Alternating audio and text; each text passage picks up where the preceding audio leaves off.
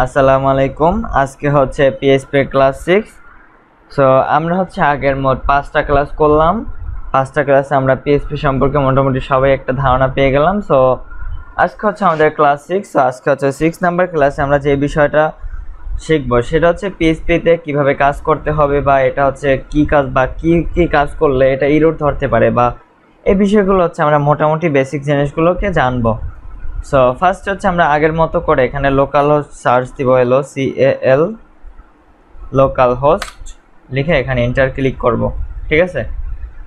So আমরা যখন এখানে লোকাল হোস্ট লিখে এন্টার ক্লিক করব তখন কি আমাদের সার্ভারটা কি ইরর হবে। ঠিক আছে।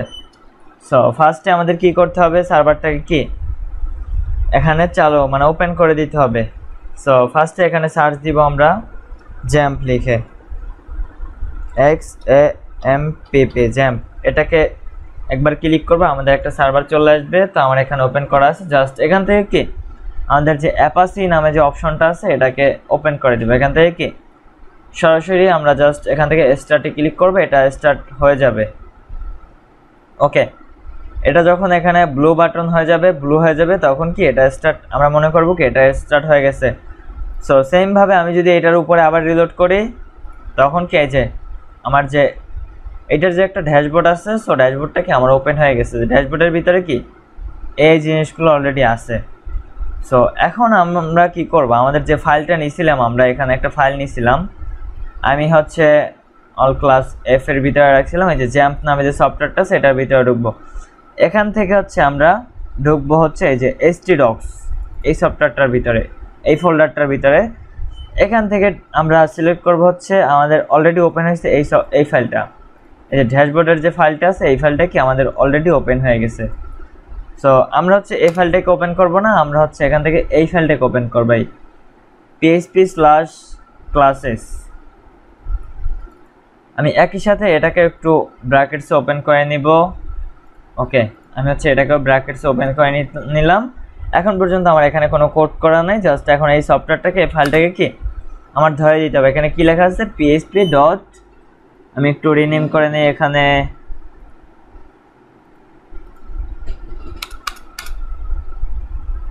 SSES classes. ওকে,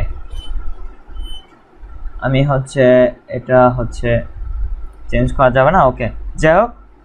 so CLASES classes PHP classes. So এটা হচ্ছে আমার এখানে ধরে দিতে হবে। কোথায় ধরে দিতে হবে, আমরা হচ্ছে আবার আমাদের ক্রোম ব্রাউজারের ওয়েবসাইটের ভিতরে যাব। সো এই যে এখানে ড্যাশবোর্ড লেখা আছে লোকাল হোস্ট স্ল্যাশ ড্যাশবোর্ড, এরপর হচ্ছে আবার স্ল্যাশ। সো এখানে লিখে দেব PHP, তারপর হচ্ছে এখানে লিখবো হচ্ছে আন্ডারস্কোর, তারপর হচ্ছে ক্লাসেস CLASES, এরপর হচ্ছে আবার এন্টার ক্লিক করব। সো আমরা যখন এন্টার ক্লিক করব এখানে হচ্ছে সার্ভারটা একবারে খালি আছে, কারণ এখন পর্যন্ত আমাদের দেখেন এখানে হচ্ছে আমি এটাকে ওপেন করে রাখছি, এটার ভিতরে কি একদম খালি আছে, এটার ভিতরে কি কোডটা আমার একবারে খালি আছে। সো এখানে হচ্ছে কোডটা আসলে কোথায় সেটা আমাদের জানার বিষয়, যে PHP ক্লাসেস এটার ভিতরে কিন্তু একটা টেক্সট এডিটর রয়েছে। ঠিক আছে, এইটাকে কি আমরা জাস্ট এটার ভিতরেই কোডগুলো করব, এই যে .php ফাইলের ভিতরে। সো আমরা তো সরাসরি এখানে যাব। সো এখন আমরা আগের ক্লাসে জানছিলাম যে এটার ভিতরে কি আমাদের PHP-র কাজগুলো কি মানে HTML এর কাজগুলো কি এটার ভিতরে করতে পারবো, জাভাস্ক্রিপ্টের কাজগুলো এটার ভিতরেই করতে পারবো। সো আমি হচ্ছে HTML দিয়ে সরাসরি বুঝে আমি হচ্ছে এখানে HTML:5 ইউজ করব, আমার হচ্ছে শর্টকাট ইউজ করলাম। ওকে, সো আমি এখানে টাইটেলটা দিলাম হচ্ছে টেমপ্লেট বা PHP স্টাইল STYLAR। এই যে PHP স্টাইল কথাটা লিখলাম, এটা কাজ করবে হচ্ছে আমাদের ওয়েবসাইটের যেটা নামটা আসবে এই যে PHP স্টাইল। ঠিক আছে, এটা হচ্ছে আমাদের ওয়েব সার্ভারের নাম যে PHP স্টাইল। ঠিক আছে, আমরা এখানে যেই নামটাই দিব এখানে হচ্ছে সেই নামটাই শো করবে। ওকে, এতটুকু আমরা ক্লিয়ার। আমি জাস্ট এখানে একটা হাইপেন দিয়ে দিলাম। সো এখন যদি রিলোড দেই, এই যে PHP-স্টাইল, সবাই উপরে খেয়াল করব যে আমাদের ওয়েবসাইটের কি নামটা অলরেডি চেঞ্জ হয়ে গেল। ওকে, সো এতটুকু আমরা শিখতে পারলাম। সো এখন হচ্ছে আমি এখানে যদি কোনো একটা h1 ট্যাগ দিয়ে কিছু একটা লিখি, h1 এর ভিতরে লিখলাম যে ওয়েলকাম, এখানে লিখলাম WELCOME welcome to my PHP website, welcome to my PHP website. So এখন যখন আমি কিন্তু ফাইলগুলো লিখতেছি, আমি কোডগুলো করতেছি, কিন্তু এগুলো পিএইচপি ফাইল, এটা কিন্তু কোনো ইন্ডেক্স ফাইল না, ঠিক আছে। সো আমি যখন এটাকে রিলোড দিব, সেভ দেওয়ার পরে যে welcome to my PHP website লেখাটা কি অনেক সুন্দরভাবে আসছে আমার, ঠিক আছে। সো এই হচ্ছে আমার পিএইচপি ফাইলের এইচনের কাজ, একটা সেকশনের কাজ গেল। এরপরে হচ্ছে আমি এই যে ওয়েলকাম টু এই লেখাটুকু আমি হচ্ছে পিএইচপি থেকে শো করবো। আর এর আগে আমি আর একটা জিনিস সবাইকে একটু ক্লিয়ার করে দেই, বডির পরে আমরা পিএইচপি হচ্ছে আমরা যেরকম HTML এর জন্য যেরকম ট্যাগ ইউজ করি, আমাদের পিএইচপির জন্য কি আমরা এখানে কিছু সিনট্যাক্স ইউজ করে থাকি। সো পিএইচপির জন্য একটা ট্যাগ আছে, আমরা যখন সিএসএসটাকে ধরি, সিএসএসটাকে ধরার জন্য আমরা STYL স্টাইল ট্যাগ ইউজ করি, ঠিক আছে। স্টাইল ট্যাগ ইউজ করে কি আমরা সিএসএস কোড করতে পারি, কিন্তু আমাদের পিএইচপি করার জন্য কি আমাদের আরেকটা ট্যাগ ইউজ করি। আমরা পিএইচপি করার জন্য কি এখানে ফার্স্টে দিয়ে হচ্ছে সেকেন্ড মানে লেস দ্যান দিব, তারপরে হচ্ছে এখানে হচ্ছে দুইবার, আমি হচ্ছে এভাবেও লিখতে পারি, একবার হচ্ছে আমি দিব প্রশ্নবোধক চিহ্ন দিব, এরপর হচ্ছে এখানে লিখবো হচ্ছে পিএইচপি, ওকে। এরপর হচ্ছে জাস্ট আবার এখান থেকে একটা স্পেস দেব পরে, এরপর হচ্ছে আমি আবারও এটাকে দিয়ে দিলাম, ওকে। সো এটা হচ্ছে পিএইচপির কোড। সো পিএইচপির কোডটা লেখার জন্য আমার এখান থেকে কি একটা স্পেস দিয়ে এখানে লিখতে হবে এটার ভিতরে, ঠিক আছে। এগুলো আমাদের 1 নাম্বার সেকশন, আমি একটু 1 নাম্বার দিয়ে রাখি। তারপরে হচ্ছে 1 নাম্বার লেখার নিয়ম। আবার 2 নাম্বার লেখার নিয়মটা হচ্ছে যে আমরা শর্টকাটে কিভাবে লিখতে পারি, আমি 3 ভাবে দেখাবো, যাতে আপনারা হচ্ছে মানে খুব দ্রুত এটা শর্টকাটে লিখতে পারেন। এটা আরেকটা লেখার সিস্টেম হচ্ছে, এখানে এটা দিব, এটা দেওয়ার পরে আমরা হচ্ছে আমি জানি যে আমার প্রশ্নবোধক চিহ্ন 2বার লিখতে হবে, ঠিক আছে। সো 2বার যেহেতু লিখবো, সেক্ষেত্রে হচ্ছে আমি এখানে 2বার প্রশ্নবোধক চিহ্ন দিয়ে দিব, এরপরে একসাথে এটাকে দিয়ে দেবো। এরপর হচ্ছে জাস্ট এখানে এটার পরে মাঝখানে লিখবো পিএইচপি, এরপর জাস্ট একটা স্পেস দিয়ে দেবো, হয়ে গেল। এইগুলো আমার 2 নাম্বার সেকশন, এটা হচ্ছে শর্টকাট। আর আমি 3 নাম্বার যেভাবে লিখতে পারি, আবার 3 নাম্বারে আবার আমি লেস দ্যানটাকে দিলাম, লেস দ্যানটাকে দেওয়ার পরে আমি হচ্ছে আবারও এটাকে দিলাম পিএইচপি, তারপর হচ্ছে এইভাবে, তারপর হচ্ছে আবার প্রশ্নবোধক চিহ্ন, তারপরে এটা, ওকে। সো আমরা হচ্ছে এটা কি 3 ভাবে করতে পারি। আর আমরা আরেকটা জিনিস জানি, সেটা হচ্ছে আমরা যখন পিএইচপি দিয়ে কোনো কিছু কোডকে লিখবো বা কোনো কিছুকে রান করাবো, তখন কি সেটা হচ্ছে কি আমাদের শো করবে না, আমাদের ব্যাকগ্রাউন্ডটিকে আমরা যে এটা হচ্ছে আমরা আগেই শিখছিলাম যে এটা হচ্ছে ব্যাক এন্ড ডেভেলপমেন্ট, যে এটা ব্যাক সাইডে কি এটা ডেভেলপ করে, এটা কি আমাদের ফন্টের সাইডে কি আমাদের এটাকে ডেভেলপ করে না। সো আমরা হচ্ছে মূলত পিএইচপিটাকে দিয়ে হচ্ছে ব্যাক এন্ড ডেভেলপমেন্টটা করে থাকি। সো এখন হচ্ছে আমি এতটুকু মুছে দিলাম, বা আমি হচ্ছে এতটুকু কমেন্ট আউট করে রাখলাম, ঠিক আছে। সো এরপর হচ্ছে আমি জাস্ট এটাকে রিলোড দিব, আমার সব কিছুই ঠিক আছে, ওকে। সো এখন হচ্ছে আমি পিএইচপি দিয়ে ওয়েলকাম টু মাই ওয়েবসাইট এই জিনিসটাকে লিখবো পিএইচপির মাধ্যমে, ঠিক আছে। পিএইচপির মাধ্যমে যদি আমি লিখতে চাই, সেক্ষেত্রে আমার লেখার নিয়মটা কি, এটা লিখবো, একসাথে ক্লিয়ার করব, এরপর হচ্ছে জাস্ট এখানে পিএইচপিটাকে লিখে দিব, এরপর জাস্ট এখানে এন্টার ক্লিক করব, ওকে।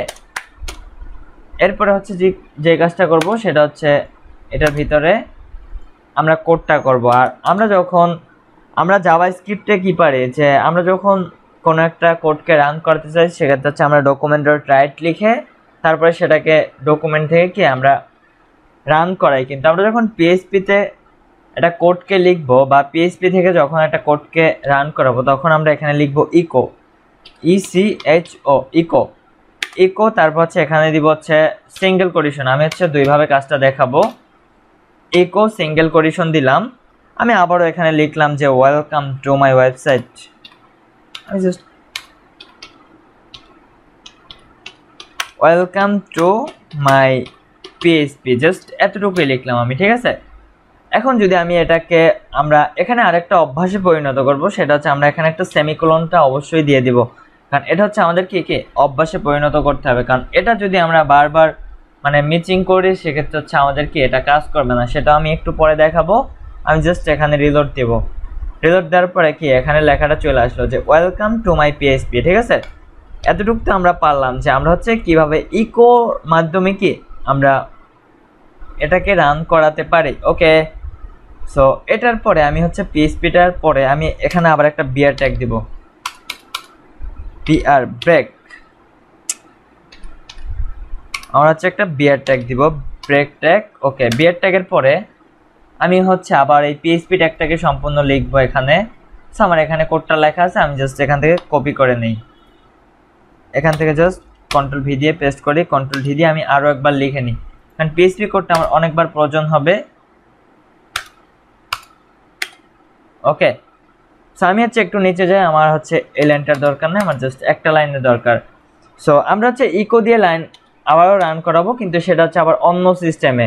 ঠিক আছে, সো আবারও ইসিএইচও ইকোটাকে আবার লিখবো, সেটা হচ্ছে আমার ছোট হাতে লিখতে হবে ইকো। এরপরে আমরা এতক্ষণ শিখলাম হচ্ছে সিঙ্গেল কোটেশন। আমরা ইকোটার এখানে কি সিঙ্গেল কোটেশন দিছিলাম। ঠিক আছে, সিঙ্গেল কোটেশনের ভিতরে কি ওয়েলকাম টু মাই পিএইচপিটাকে লিখছিলাম, কিন্তু এখন দিছি কি ডবল কোটেশন। ঠিক আছে, এটাকে বলা হচ্ছে আমাদের ডবল কোটেশন, ডবল কোটেশন। ঠিক আছে, সো সেম ভাবে লিখতে পারি যে ওয়েলকাম টু মাই ওয়েবসাইট,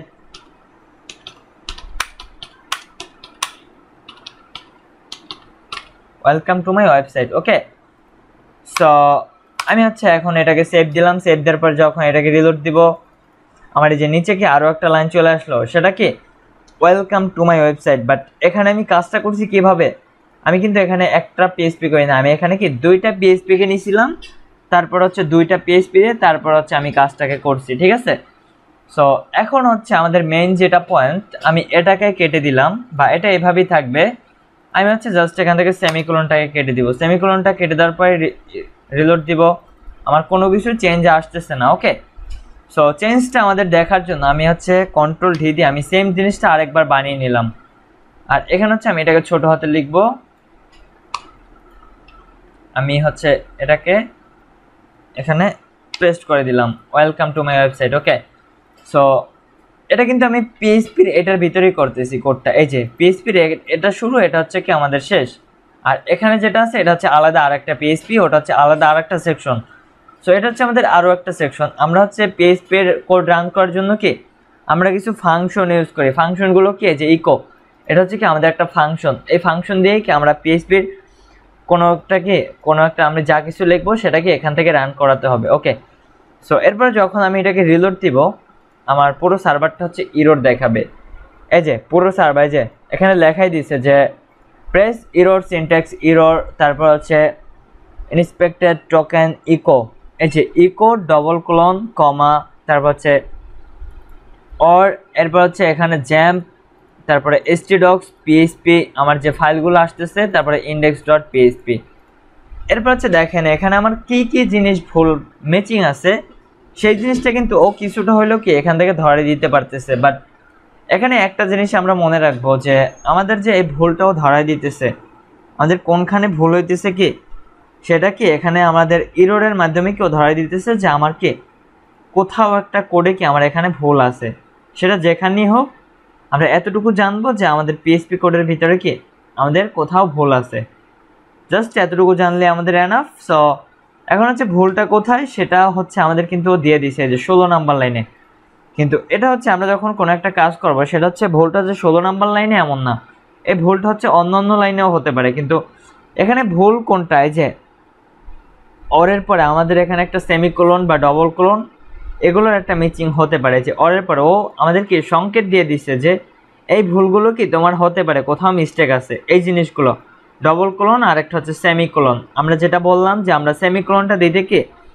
অবশ্যই ভুল করব না, কারণ এটা যখনই আমরা এটাকে ভুল করব বা এই জিনিসটাকে ভুল করে কোনো একটা কাজকে করব তখন কি আমাদের সার্ভারটাকে এরর দেখাবে। সো যাতে হচ্ছে আমাদের এরর না দেখায়, আমরা যাতে কাজগুলো ভালোভাবে করি, আমি এই জন্যই বলি আমরা যখন কোনো একটা কিছুকে লিখব, কোনো একটা কিছুকে রান করার সাথে সাথে কি আমি সাথে সাথে এখানে সেমিকোলনগুলো দিয়ে দিব, অবশ্যই প্রতিটা লাইনের শেষে কি আমি সেমিকোলনটা এটা হচ্ছে আমাদের কি অভ্যাসে পরিণত করতে হবে। কারণ আমরা যখন এটাকে যদি অভ্যাসে পরিণত না করি সেক্ষেত্রে হচ্ছে দেখা যায় যে আমাদের এই ভুলটা হচ্ছে অনেক জায়গায় হবে, কারণ এই ভুলটা হচ্ছে কি আমাদের করা যাবে না। ঠিক আছে, সো এই ভুলটা যাতে আমাদের পরবর্তীতে না হয় সেক্ষেত্রে আমরা কি করব, প্রতিটা লাইন আমরা যাই লিখি না কেন জাস্ট একটা সেমিকোলন দিয়ে দেবো। আমাদের তো আর কোনো সমস্যা হইতেছে না সেমিকোলনটা দিতে, কারণ এটা হচ্ছে আমাদের নিয়ম। সো আমি যদি এখানে নিয়মের বাইরে কাজ করি সেক্ষেত্রে হচ্ছে কি আমার সার্ভার তো অবশ্যই এরর দেখাবে। সো এখন এখানে কি বলছে, আমার একটা সেমিকোলন দরকার আছে আর আমার ভুলটা দেখাচ্ছে 16 নাম্বার লাইনে, কিন্তু এখানে লাইনটা ও যে লাইনটা বলে দিছে, কিন্তু ভুলটা হবে কি আপনার 14 নাম্বার লাইনেও হতে পারে, 16 নাম্বার লাইনেও হতে পারে, 15 নাম্বার লাইনেও হতে পারে, বা 17-18 নাম্বার লাইনেও কি হতে পারে, বাট 16 নাম্বার লাইনের আশেপাশে আপনার ভুলটা আছে। সেটা কি ও এতটুকু বলে দিবে যে আপনার যে কোনো একটা লাইন ধরাই দেবে, জাস্ট এটার আশেপাশে কি আপনার ভুলটা থাকবে। সো আমি দেখেন 16 নাম্বার লাইনেও কিন্তু আমার ভুলটা আছে, এই যে 16 নাম্বার লাইন, এই যে 16 নাম্বার লাইনে কি আছে, এই যে ওয়েলকাম টু মাই ওয়েবসাইট, এটার পরে কি আমার কি ভুলটা আছে, আমি এখানে একটা সেমিকোলন দেই নেই, ঠিক আছে, এটা হচ্ছে আমার মেন ভুল। সো আমি সেমিকোলনটা দিয়ে দিলাম, সেমিকোলনটা দেওয়ার পরে আমি যখন এটাকে রিলোড দিব, রিলোড দেওয়ার পরে আমি আবারও এখানে রিলোড দিতেছি, দেখেন সেভ দেওয়ার পরে জাস্ট কি আমার কিন্তু এখনও ভুলটা যাচ্ছে না, কারণ এখনও কিন্তু আমার ওয়েবসাইটের ভিতরে অবশ্যই ভুলটা আছে। সেই ভুলটা কত নাম্বার লাইনে, কিন্তু এখানে দেওয়া আছে কিন্তু 16 নাম্বার লাইনে। আমি কিন্তু 16 নাম্বার লাইনে, আমরা একটু সবাই আবার খেয়াল করি, 16 নাম্বার লাইনে কিন্তু আমরা কোনো ভুল দেখতে পারতেছি না। এখানে কিন্তু আমরা সব কিছু দেখতে পারতেছি কি একবারে ঠিকঠাকভাবেই আছে, বাট এখন ভুলটা কিন্তু আমার 15 নাম্বার লাইনে। এই যে 15 নাম্বার লাইনে যে আমি ফাংশনটা লিখলাম ইকো, তো এই 15 নাম্বার লাইনে কিন্তু এখানে একটা সেমিকোলন দেওয়া নাই। সো আমরা যখন এখানে সেমিকোলনটা দিয়ে দিলাম, সেমিকোলনটা দিয়ে দেওয়ার পরে আমরা যখন আবার ওয়েবসাইটে রিলোড দিব, তখন কিন্তু এই যে আমাদের ইরোরটা কিন্তু আর ধরতেছে না। এতক্ষণ কী ছিল, আমার সার্ভারটা কি ইরোর ধরছিল যে আমার কি এখানে সমস্যা আছে, বা ও সমস্যাটা কি আমাকে বুঝাই দিতেছিল। সো বাট এখন যখন আমি এখানে সেমিকোলনটা দিলাম, আমি কিন্তু সেমিকোলনটা দিলাম 15 নাম্বার লাইনে, কিন্তু আমার ভুলটা ইরোরটা ধরছিল কত নাম্বার লাইনে, আমি আবারও একটু কেটে দেই, এরপর হচ্ছে আবার রিলোড দেই, এই যে আমার লাইনটা ধরতেছে কত নাম্বার লাইনে, 16 নাম্বার লাইনে। তার মানে কি আমরা বুঝাই গেলাম যে এখানে হচ্ছে কি আমাদের যে এই লাইনগুলো আমরা যখন আরও কাজগুলো করব তখনই আমরা আরও ভালোভাবে বুঝতে পারবো যে আমরা যখন কোনো একটা ইরোর ধরবে আমাদের সার্ভারটা, তখন হচ্ছে আমাদের 16 নাম্বার লাইনে আমাদের যে লাইনটি শো করবে না কেন ওইটার আশেপাশেই থাকবে। জাস্ট আমরা এতটুকুই জানবো যে এটার কি আশেপাশেই আমাদের কি ভুলটা অবশ্যই থাকবে। সো আশেপাশে যেহেতু ভুলটা থাকবে, আমরা একটু সবগুলো আবার একটু চেক করব, তাহলে কি আমরা ভুলটা বের করতে পারবো। জাস্ট এখানে সেমিকোলন দিয়ে দেওয়ার পরে কি 15 নাম্বার লাইনে, তো এখন কি আমার যখন এটাকে রিলোড দিতেছি তখন কি আমার কোডটা কাজ করতেছে। সো এখন যদি আমরা এখানে আরও একটা জিনিস দেখি যে আমরা যখন বিভিন্ন ওয়েবসাইটে ঢুকি, বিভিন্ন ওয়েবসাইটের কিন্তু কোডটাকে আমরা কপি করতে পারি খুব সিম্পলভাবে, কিন্তু যখন কোনো একটা ওয়েবসাইটের কোডকে যদি পিএইচপি দিয়ে ডেভেলপ করা হয় সেক্ষেত্রে হচ্ছে কি সেটার কোডটা আপনি কখনোই বের করতে পারবেন না। সো আমি যদি একটু প্রুফ সহ দেখাই যে সবাই হচ্ছে কিবোর্ড থেকে মাউস পয়েন্টার থেকে আপনি রাইট বাটন ক্লিক করবেন, এরপরে এখানে লেখা আছে যে view page source, view page source, এখানে কন্ট্রোল+ইউ, যদি আপনি কন্ট্রোল+ইউ প্রেস করেন, এই যে কন্ট্রোল+ইউ এভাবে আনতে পারেন, আর হচ্ছে আমি হচ্ছে এখান থেকে রাইট বাটন ক্লিক করে এখান থেকে যাই ভিউ পেজ সোর্স, এখানেও ক্লিক করতে পারি, ঠিক আছে। সো এখন হচ্ছে আমরা এখানে একটু ওপেন করব, আমরা হচ্ছে এটার ভিতরে কি কি কোড করলাম দেখেন, H1 ট্যাগের একটা কাজ করছিলাম যে welcome to my PHP website, ঠিক আছে। সো এটাকে যখন আমি সাবমিট করলাম, এই যে সাবমিট করার পর কি যে H1 ট্যাগ সহই কিন্তু আমার এখানে শো করতেছে যে H1 ট্যাগের ভিতরে কি আমার ওয়েলকাম টু মাই পিএইচপি কথাটা লেখা আছে। আমরা যখন HTML CSS দিয়ে যে কোনো একটা ডিজাইনকে করতাম তখন কি সেগুলো হচ্ছে সম্পূর্ণটাই শো করতো আমাদের এখানে। যদি ভিউ সোর্স কোড দেই, আমরা সাপোজ যখন কোনো একটা ওয়েবসাইটের ভিতরে ঢুকবো, ধরেন আমি ইউটিউবের ভিতরে ঢুকলাম, ইউটিউবের ভিতরে ঢোকার পরে আমার যে পেজের যে একটা সোর্স কোডটা আছে, আমি যদি এখানে রাইট বাটন ক্লিক করি, রাইট বাটন ক্লিক করার পরে আমি যদি এখানে রাইট বাটন ক্লিক করে যে ভিউ পেজ সোর্স কোড, আমার সম্পূর্ণ ইউটিউবের যে কোডটা থাকবে সামনের, এখানে কিন্তু সম্পূর্ণ কোডটা আমার চলে আসতেছে। আমরা যদি একটু এখানে জুম করি তাহলে হচ্ছে যেই আমি বুঝতে পারবো, আমি হচ্ছে একটু জুম আউট করলাম, এই যে এটা হচ্ছে কি সম্পূর্ণটাই কি যে HTML স্টাইল, ফন্ট সাইজ, এগুলো হচ্ছে কি এই যে ফন্ট ফ্যামিলি, তারপর হচ্ছে রোবট, আর্টিকেল, সেন্স সেরিফ, এগুলো হচ্ছে কি ফন্টের স্টাইল, এগুলো হচ্ছে কি আমরা রোবট, আর্টিকেল, সেন্স সেরিফ, এগুলো কি আমরা শিখছিলাম কোথায়, আমরা হচ্ছে এগুলো হচ্ছে ফন্ট ফ্যামিলিতে শিখছিলাম যে ফন্ট ফ্যামিলি দিয়ে কি করি, আমরা ফন্ট ফ্যামিলি দিয়ে কি আমরা লেখার স্টাইলকে চেঞ্জ করি, ঠিক আছে। তারপর হচ্ছে এখানে যে ল্যান্স অ্যান্ড যাই হোক এখানে অনেক কিছু লিখছে, অনেকগুলো কোড আছে, এই যে স্ক্রিপ্ট ট্যাগ, এই যে জাভাস্ক্রিপ্টকে ইউজ করছে, জাভাস্ক্রিপ্ট, কিন্তু জাভাস্ক্রিপ্টের কোডটাও কি আমার এখানে শো করতেছে, বাট এখানে যে পিএইচপি দিয়ে যে ডেভেলপমেন্টগুলো করছে সেই কোডগুলো কি আমাদের এখানে শো করতেছে না, ঠিক আছে। সো এভাবেই হচ্ছে মূলত ব্যাক এন্ড ডেভেলপমেন্টটা মূলত করে থাকে। সো আমরা এতক্ষণে বুঝতেই পারলাম যে ব্যাক এন্ড ডেভেলপমেন্টটা আসলে কীভাবে করে। আমরা এতক্ষণে বুঝলাম যে পিএইচপি দিয়ে আসলে কি আমরা যখন কোনো একটা কোডকে লিখবো জাস্ট আমাদের লেখাটাই শো করবে, যেই ওয়েলকাম টু মাই পিএইচপি, তারপর ওয়েলকাম টু মাই ওয়েবসাইট, তারপর হচ্ছে ওয়েলকাম টু মাই ওয়েবসাইট, আবার লিখছিলাম এই যে ওয়েলকাম টু মাই ওয়েবসাইট। আমি পিএইচপি দিয়ে যতবারই লিখছি, এই যে এখানে একটা ভুল আছে, আমার সেমিকোলন দিতে ভুলে গেছিলাম। সো এই মিস্টেকগুলোকে আমাদের করা যাবে না, কারণ এই মিস্টেকগুলোকে আমাদের অভ্যাসে পরিণত করতে হবে। আমরা যখনই কোনো একটা কাজকে অভ্যাসে পরিণত করব তখন আমাদের কাজটার গতিটা কি অনেকটাই বেড়ে যাবে, কারণ তখন আমরা যখন এখানে কাজটা করব তখন কি আমাদের কাজটা আরও খুব সহজে খুব দ্রুত করতে পারবো, ঠিক আছে। সো এখন দেখেন আমাদের কিন্তু এখানে যে আমরা ইকোটাকে লিখলাম, ইকোটা লেখার পরে আমরা যেরকম এই যে ইকো ফাংশন লিখে আমি 3টা সোর্স লিখলাম, এখানে 3বার লিখলাম, একটা লাইনে একটা লাইনে একটা লাইন, কিন্তু এখানে কিন্তু আমার একবারও শো করতেছে না। কিন্তু আমি যখন এইচ1 ট্যাগ দিয়ে একটা লিখলাম, এই যে এইচ1 ট্যাগ দিয়ে যখন আমি এখানে লিখলাম যে ওয়েলকাম টু মাই ওয়েবসাইট, তখন কিন্তু এটা ঠিকই শো করতেছে। তারপরে যে বিআর ট্যাগটাকে নিছি, এই যে বিআর ট্যাগ দেখছেন, আমাদের যে বিআর ট্যাগটা নিছি সেটাও কিন্তু শো করতেছে, বাট পিএইচপিটাকে কি আমাদের কিন্তু শো করতেছে না। তার মানে আমরা বুঝেই ফেললাম যে পিএইচপি হচ্ছে কি ব্যাক এন্ড ডেভেলপমেন্ট করে, এটা হচ্ছে কি ফ্রন্ট এন্ড ডেভেলপমেন্টের জন্য না। পিএইচপি হচ্ছে আমাদেরকে আমাদের একটা ওয়েবসাইট যখন আমরা তৈরি করি আমরা সবাই জানি যে একটা হচ্ছে ফ্রন্ট এন্ড ডেভেলপমেন্ট থাকে আর একটা হচ্ছে ব্যাক এন্ড ডেভেলপমেন্ট, যেটা হচ্ছে কি আমরা দেখতে পারি না বা কোনো একটা পেজের সোর্স কোডকে দেখতে পারি না, সেটা হচ্ছে আমারটা আমি নিজেই দেখতে পারবো, জাস্ট অন্য যারা আছে সেটা কি তারা হচ্ছে ফ্রন্ট এন্ড ডেভেলপমেন্টটাই দেখতে পারবে, ব্যাক এন্ড ডেভেলপমেন্টটা কি তারা এখানে কিছুই বুঝতেই পারবে না যে এখানে আমি কী কী কাজ করছি বা কী কী করছি, ঠিক আছে। সো এখানে হচ্ছে ডেভেলপমেন্টটা দুইজনে মূলত করে থাকে, বাট এখানে পুরো ডেভেলপমেন্টটাই কি আমরা শিখবো।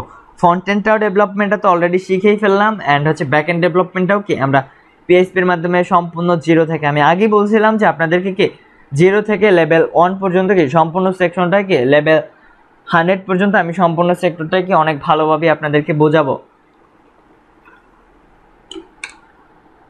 সো এরপরে দেখেন আমরা এরপরে যদি আমরা এটার পরে যদি আমরা একটা পি ট্যাগ নেই, পি ট্যাগ নেওয়ার পরে আমি এখানে লরেম 5 ওয়ার্ড দিলাম, 5 ওয়ার্ড দেওয়ার পরে কি আমার এখানে একটা প্যারাগ্রাফ চলে আসলো, ঠিক আছে। আমি যখন এটাকে রিলোড দিব আমার এখানে প্যারাগ্রাফটা চলে আসলো আর এখানেও হচ্ছে প্যারাগ্রাফটা চলে আসলো, ঠিক আছে।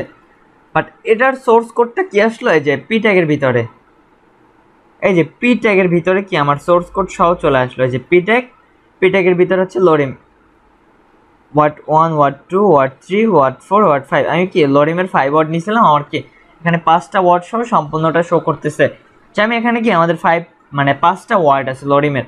সো আমরা যখন পিএইচপি দিই, আমি যদি এখানে আরও কিছু লিখি এখানে এটার পরে যে পিএইচপি আরও একটা লাইন আছে, এটার ভিতরে আমি এখানে লিখবো হচ্ছে ইকো বানান কি ECHO ইকো। এরপর হচ্ছে আমি এখানে সিঙ্গেল কোটেশন ইউজ করতে পারি, একবার হচ্ছে সিঙ্গেল কোটেশন ইউজ করতে পারি, আর হচ্ছে আমরা কি এখানে ডবল কোটেশনটাকে ইউজ করতে পারি। আমাদের যেটা ভালো লাগবে, আমাদের যেটা সহজ হবে আমরা কি সেটা ইউজ করতে পারবো। আর এখানে হচ্ছে আমি আরও একটা জিনিস এখন দেখাবো যে সিঙ্গেল কোটেশনটা অ্যান্ড ডবল কোটেশন কীভাবে শো করতে হয়, ঠিক আছে। সো আমি এখানে লিখলাম হাই পিএইচপি, আমি বড় হাতে লিখলাম হাই পিএইচপি, ওকে হাই পিএইচপি। সো আমি হচ্ছে এটাকে একটু অন্যভাবে লিখবো। সো এটাকে যেহেতু আমরা একটু অন্যভাবে লিখবো সেক্ষেত্রে হচ্ছে আমি এটাকে একটু রিলোড দিব, আবার রিলোড দেওয়ার পরে কি আমার হাই পিএইচপি কথাটা কি এখানে চলে আসলো, ঠিক আছে। সো হাই পিএইচপিটা হচ্ছে আমরা এখন দুইভাবে লিখবো, আমি হচ্ছে H1 ট্যাগ দিয়ে আরও একবার লিখবো, এখানে H1 ট্যাগ নিব, এটার ভিতরে লিখবো হচ্ছে আমি আমার ট্যাগগুলো ছোট হাতে নিতে হবে, H1 ট্যাব পেশ করব, এখানে হচ্ছে এখন বড় হাতে লিখবো হাই পিএইচপি, ঠিক আছে। সো হাই পিএইচপিটা লেখার পরে আমি যখন এটাকে রিলোড দিব আমার বড় হাতের আরেকটা লেখা আসবে যে হাই পিএইচপি, আর এরপর হচ্ছে হাই পিএইচপি দুইবার লিখলাম আমি, ঠিক আছে। সো এখন এটা কিভাবে আসলে কাজ করে, এটার ভিতরে ইকোর ভিতরে একবার লিখলাম, বাট এটার আগে আমি H1 ট্যাগটাকে লাগাবো, H1, ঠিক আছে। আমি হচ্ছে ট্যাব, আচ্ছা এভাবে এটা কাজ করবে না। এটাকে কাজ করার জন্য আমার কি করতে হবে, এটাকে আমি সম্পূর্ণ, হ্যাঁ আমি এটাকে সম্পূর্ণ মুছে দিব। মুছে দেওয়ার পরে আমি হচ্ছে এটা কাজটা আবার করব। দেখেন হাই পিএসপিটা আমি কিভাবে কাজটা করতে পারি, সেমভাবে আমি এখান থেকে এটাকে কপি করে নিয়ে নিলাম আমার কাজের সুবিধার্থের জন্য। আমি হচ্ছে এখানে জাস্ট পেস্ট করে দিব। আমি হচ্ছে এখানে লিখেই দেই, ঠিক আছে, দুইবার এটা দিব। ওকে, এটার ভিতরে আমরা যেটা লিখবো সেটা হচ্ছে পিএসপি। ওকে, এরপর জাস্ট এখান থেকে একটা স্পেস দিব। সো এটার আগে আমি একটা এইচ1 ট্যাগকে নিব। এইচ1 ট্যাগ নেওয়ার পরে আমি এখান থেকে এইচ1 ট্যাগের যেটা লাস্ট পার্ট আছে আমি কন্ট্রোল এক্স করব, এক্স করে জাস্ট এখানে পেস্ট করে দিব, ঠিক আছে। সো এখন যে আমার এটার ভিতরে আমি লিখবো, এখানে লিখবো হচ্ছে পিএসপি, জাস্ট পিএসপি। ওকে, পিএসপিটাকে লিখলাম আর এখানে লিখবো হচ্ছে ইকো, ইসিএইচও, ইকো, ইকো। এরপর হচ্ছে আমরা এখানে সিঙ্গেল কোটেশনটাকে ইউজ করতে পারি। তারপরে এখানে জাস্ট লিখবো হচ্ছে হাই। এরপরে কি করব, জাস্ট এখান থেকে কি আমি সেমিকোলনটাকে দিয়ে দেবো। কিন্তু আমি কাজটা এখানে কিভাবে করতেছি, আমি এইচ1 ট্যাগ নিছি ফার্স্টে। এইচ1 ট্যাগের ভিতরে কি আমি হচ্ছে একটা পিএসপি ট্যাগ নিছি, পিএসপি ট্যাগ। পিএসপি ট্যাগ নেওয়ার জন্য আমরা কি করি, আমরা এখানে লেস দ্যান ইউজ করি। তারপর হচ্ছে আমরা হচ্ছে এখানে প্রশ্নবোধক চিহ্ন ইউজ করি। তারপর হচ্ছে এখানে পিএসপিটাকে লিখি। তারপর হচ্ছে এটার ভিতরে ইকোটা ধরলাম, হাই, আমরা হচ্ছে সিঙ্গেল কোটেশন দিলাম জাস্ট। এরপর হচ্ছে আমি সেমিকোলনটাকে দিয়ে দিলাম। ওকে, এটার পর জাস্ট আমি আর একটা ফাঁকা স্পেস দিয়ে দিলাম। ওকে, এখন যদি আমি এখানে রিলোড দিই সেমভাবে আমার লেখাটা আসবে, ঠিক আছে, হাই পিএসপি। বাট এটার লেখাটা কি আমার একটার সাথে একটা মিলে গেল। সো একটার সাথে একটা যেহেতু মিলে গেছে, সেক্ষেত্রে এটা ফাঁকা স্পেস করার জন্য এই যে হাইটা লিখলাম আমরা, হাইয়ের যে সিঙ্গেল কোটেশনটা আমাদের আছে এটার ভিতর থেকে একটা স্পেস দিব। স্পেস দেওয়ার পর আমি যদি এখন রিলোড দেই, রিলোড দেওয়ার পর কি এখান থেকে একটা স্পেস নেবে, ঠিক আছে। এই কাজটা আবার আমরা যদি উল্টোভাবে করি, আমার আবার কি এখান থেকে স্পেসটা কেটে দিলাম, স্পেসটা ভরাট হয়ে গেল। সো সেম কাজটা হচ্ছে আমি এটার ভিতর থেকে করব। এই যে লাইনটা আছে এখান থেকে কি জাস্ট একটা স্পেস দিব। স্পেস দেওয়ার পরে যদি আমি এখানে আবার রিলোড দেই, এখান থেকে কি স্পেস নেবে। সো সেম কাজটাকে কি আমি দুই জায়গা থেকে করতে পারি। একটা হচ্ছে কোটেশনের ভিতর থেকে, সিঙ্গেল কোটেশন হোক ডবল কোটেশন হোক, কোটেশনের ভিতর থেকে কাজটা করতে পারবো। আর একটা হচ্ছে কি আমাদের কোটেশনের বাইরে থেকেও কাজটা করতে পারবো। সো এখন যদি এটার সোর্স কোডটাকে আমরা আবার দেখি, এই যে শুধু কি আমরা এখানে এইচ1 ট্যাগটাই দেখতে পারতেছি, বাট পিএসপির যে আমরা এখানে ট্যাগগুলো লিখলাম বা এখানে পিএসপির যে ফাংশনগুলো ইউজ করলাম, যে ইকো, তারপর এটার ভিতরে যা কিছু লিখলাম সেগুলো কিন্তু এখানে শো করতেছে না।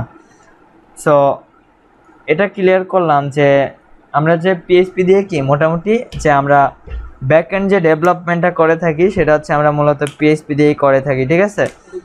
সো আশা করি আমরা সবাই আজকের ক্লাসটা বুঝতে পারছি। সো আজকের ক্লাস হচ্ছে এই পর্যন্তই। নেক্সট ক্লাসে হচ্ছে আমরা পরবর্তীতে আরও ভালো ভালো জিনিসগুলো শিখবো। সো এখন হচ্ছে আজকের মতো আমি শেষ করতেছি। আশা করি সবাই ভিডিওটা কেউ টেনে দেখবেন না, সম্পূর্ণ ভিডিওটা দেখবেন।